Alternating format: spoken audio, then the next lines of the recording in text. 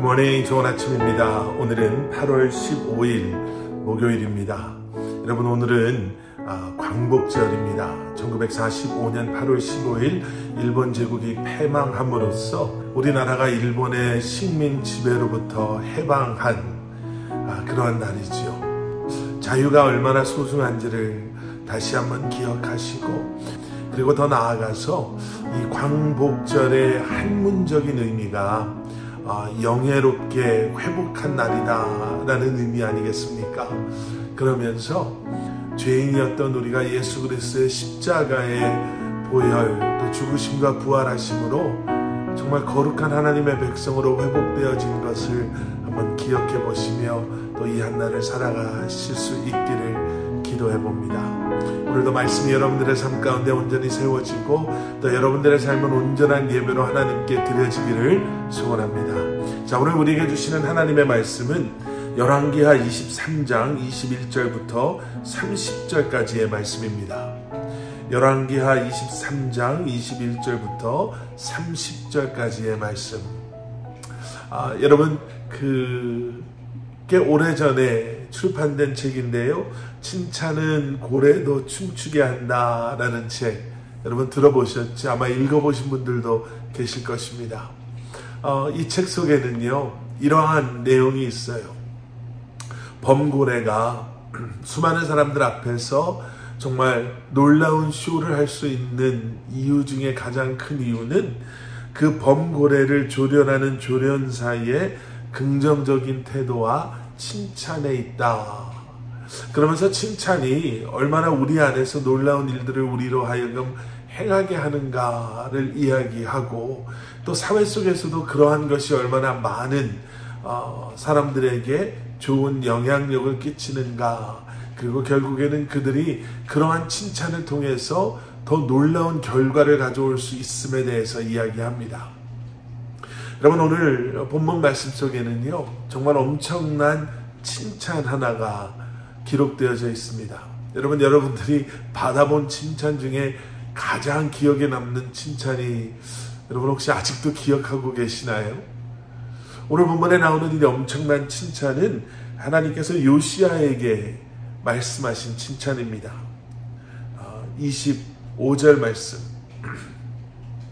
요시야와 같이 마음을 다하며 뜻을 다하며 힘을 다하여 모세의 모든 율법을 따라 여호와께로 돌이킨 왕은 요시야 전에도 없었고 후에도 그와 같은 자가 없었더라. 여러분, 대단하죠? 요시야 전에도 후에도 요시야 같은 사람이 없었다.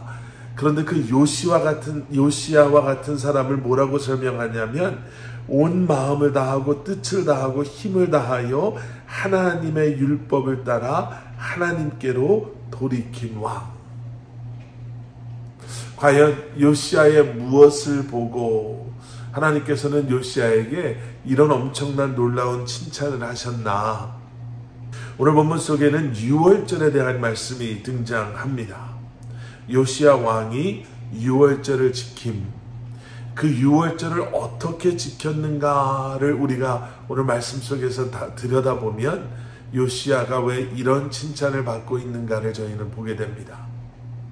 요시야는 어떻게 유월절을 지켰나? 자, 첫 번째, 요시야는 본문에서 여호와 하나님께 유월절을 드렸다. 여호와를 위하여 유월절을 지켰다 라고 이렇게 소개되어지고 있습니다. 오늘 보면 21절 말씀.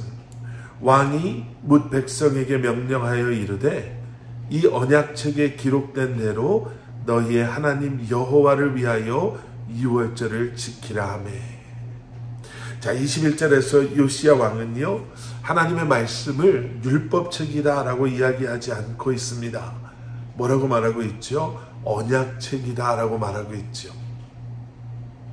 하나님의 말씀을 그저 명령, 규율이라는 관점보다는 언약의 말씀, 약속의 말씀으로 지금 붙잡고 있는 거예요. 그러면서 유월절을 누구를 위해서 지킵니까? 여호와 하나님을 위하여. 그 말은 무엇을 의미하냐면 하나님을 섬기는 마음으로 또 사랑하는 마음으로 유월절을 지켰다라는 거예요. 단순하게 명령이니까 내가 복종해야지, 그냥 해야 되니까 해야지가 아니라 하나님을 섬기는 그 사랑하는 마음으로 유월절을 지키는 것, 예배를, 기도를, 말씀 묵상을 해야지, 명령하셨으니까 내가 뭐 할 수밖에 더 있어 의 마음이 아닌, 여러분 주님을 사랑하는 마음으로 섬기는 마음으로 우리가 한다면, 기대 가득한 사모하는 마음으로 그 예배의 자리에서, 기도의 자리에서, 말씀의 자리에서, 섬김의 자리에서 주님을 위해 우리가 나아간다면 바로 그것이 하나님께서 기뻐 받으시는 예배, 기도, 말씀 묵상이 될 것입니다. 두 번째는요, 22절 말씀입니다.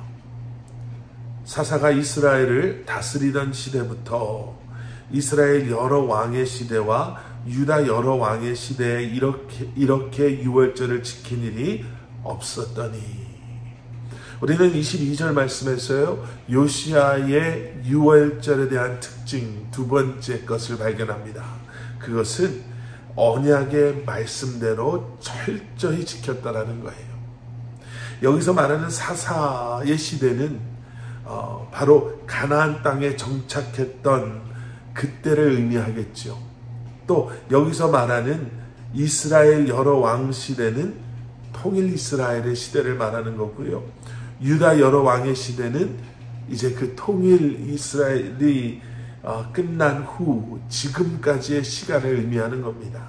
그러니까 다시 말하면 이렇게까지 말씀대로 처음부터 변함없이 요시아처럼 지켰던 적이 없을 정도로 철저하게 빠짐없이 순종함으로 이렇게 지켰다라는 거죠. 그리고 마지막 세 번째는요, 23절에 나오는 말씀입니다. 요시아 왕 18째 해에 예루살렘에서 여호와 앞에 이 유월절을 지켰더라. 여러분, 이건 무엇을 이야기하고 있는가? 즉각적인 그러한 순종을 의미합니다. 뭘 보고 그걸 알 수 있을까? 여러분, 열왕기하 22장 3절에 돌아가서 보시면요, 이런 말씀이 있습니다. 요시아 왕 18째 해에 왕이 무슬람의 손자 아살리아의 아들 서기관 사반을 여호와의 성전에 보내며 이르되, 5절에 성전에 부서진 것을 수리하라 라고 말씀하고 있죠. 그리고 8절에서는 그렇게 수리하다가 성전에서 율법책을 발견했다라고 나옵니다. 그리고 지금 여전히 18째 해에 유월절을 지키는 거예요. 그러니 요시아 왕이 18째 해에 하나님의 말씀을 발견하고 하나님의 말씀을 읽고 하나님의 말씀에 감동을 받고 회개함으로 종교개혁을 시작하고 우상을 때려부시고 온 백성들로 하여금 말씀 앞에 나아가게 하고 이제 유월절을 지키는 이 모든 것이 오랜 시간 동안에 지금 진행되어져 가고 있는 것이 아니라 같은 해에 일어나고 있다는 거죠. 그러니까 요시아 왕은 지체하지 않습니다. 하나님의 말씀을 받는 대로 즉시 순종함으로 행동함으로 주저하지 않았던 그러한 사람이었습니다. 어떻게 요시아가 이런 하나님의 칭찬을 받고 있나? 유월절이라는 이 한 사건을 놓고 볼 때 요시아의 신앙은 하나님을 위한 신앙이었고, 요시아의 모든 삶과 섬김은 하나님을 위한 것이었고, 그의 삶과 말씀의 순종함에 있어서는 철저히 하나님의 말씀을 빼지도 더하지도 아니하고 기다리지 아니하고 즉시 즉각 행함으로 말미암아 하나님께서 정말 기뻐하시는 삶을 살았다라는 거죠. 여러분, 하나님께 이러한 칭찬받는 여러분들 되시기를 주님의 이름으로 간절히 축원합니다. 그러기 위해서는 내가 중심이 되는 것이 아니라 하나님께서 중심이 되는, 예수 그리스도의 십자가가 중심이 되는, 나를 위함이 아닌 하나님만을 위하는, 그리고 우리에게 주시는 이 말씀을 철저히 온전히 즉각 순종하며 살아갈 때 우리는 이러한 칭찬받는 삶을 살게 될 줄 믿습니다. 우리 함께 기도하시겠습니다.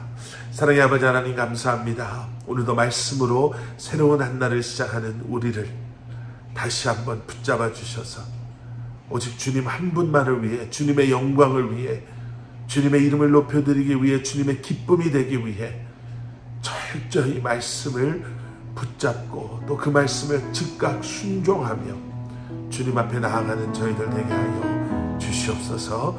예수 그리스도 이름 받들어 간절히 기도드렸사옵나이다.